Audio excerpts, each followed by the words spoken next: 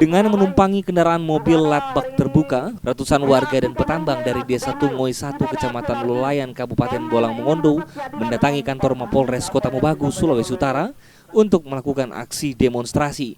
Dalam aksi mereka mempertanyakan proses hukum hingga dilakukan penahanan terhadap rekan mereka sesama petambang yakni Gusri Nelwan oleh Polres Kota Mobagu. Mereka menilai polisi tebang pilih dalam menerapkan hukum. Nyatanya banyak pelaku petambang rakyat di Peti Potolo menggunakan alat berat, tetapi justru Gusri Lewan yang ditangkap.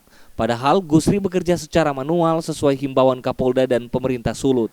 Tuntutan kami tentu adalah mempertanyakan proses penahanan dari Bapak Gusri Lewan, di mana beliau juga adalah warga masyarakat Desa Tungoy 1 yang pada 2 hari kemarin kami mendapatkan informasi bahwa sudah ditahan oleh Polres Kota Mobagu. Ditahan dalam masalah apa? Ya, informasi yang kami dapat bahwa ini adalah kaitan masalah peti, dan tentu tadi sudah dilaksanakan pertemuan dengan Pak Kapolres dan sudah dibicarakan semua bahwa Pak Gusri Lewan selama ini sudah mengikuti himbauan yang telah disampaikan oleh dari Kapolda dan Gubernur tentang pelaksanaan kegiatan penambangan secara manual. Bahwa bukan hanya Bapak Gusri Lewan sendiri yang melaksanakan kegiatan di lokasi Potolo, ada juga beberapa warga lain yang melaksanakan itu, dan kita tahu bersama lewat media bahwa ada beberapa penambang yang juga bahkan menggunakan alat berat, dan untuk kapasitas Pak Gusri sendiri tidak melaksanakan atau tidak menggunakan alat berat ketika melaksanakan proses penambangan. Kan sesuai dengan himbauan dari Kapolda itu dia bisa dilakukan secara manual kan?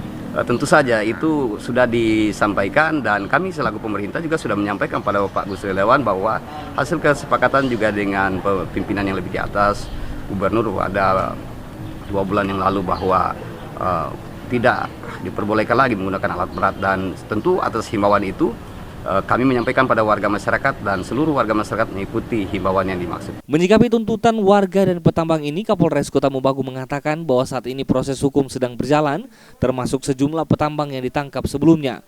Pihaknya tidak akan pandang bulu terkait pelaku peti di wilayah hukum Polres Kota Mobagu yang akan berdampak pada kerusakan lingkungan. Terkait aksi yang bersangkutan menanyakan mengenai proses perkembangan penanganan, wajar. Setiap orang pencari keadilan akan menanyakan, dan sudah kita jelaskan. Tentunya tadi rekan-rekan tahu tahapan-tahapan proses penyidikan kita dan siapa-siapa yang belum kita tindak lanjuti. Nanti secara bertahap, kalau memang sudah kita tindak, kita akan undang rekan-rekan, kita akan konferensi pers.